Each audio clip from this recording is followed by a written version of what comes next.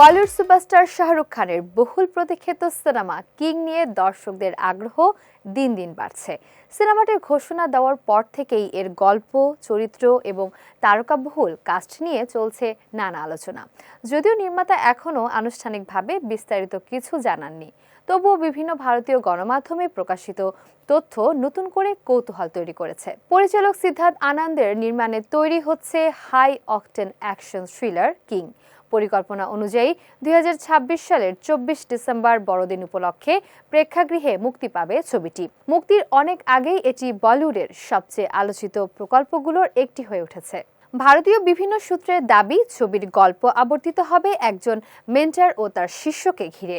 বিপজ্জনক এক অভিযানে তারা শক্তিশালী প্রতিপক্ষের মুখোমুখি হবে। তবে গল্পের বিষয়ে এখনো কোনো আনুষ্ঠানিক ঘোষণা দেয়নি প্রযোজনা প্রতিষ্ঠান। ছবিটির সবচেয়ে বড় আকর্ষণ হলো শাহরুখ খান ও তার মেয়ে সুহানা খানের প্রথম একসঙ্গে অভিনয়। নেটফ্লিক্সের দ্য আর্চিজের মাধ্যমে অভিনয় অভিষেক হলেও এটি হবে সুহানার প্রথম প্রেক্ষাগৃহে মুক্তি পাওয়া কোনো সিনেমা। ফলে বাবা মেয়ের এই জুটিকে বড় পর্দায় দেখার অপেক্ষায় রয়েছেন ভক্তরা। কিং এর মাধ্যমে আবারও একসঙ্গে পর্দায় ফিরছেন শাহরুখ খান ও দীপিকা পাডুকোন। এর আগে Om Shanti Om, Chennai express, happy new year ও পাঠানের মতো সফল ছবিতে জুটি বেঁধে অভিনয় করেছেন তারা।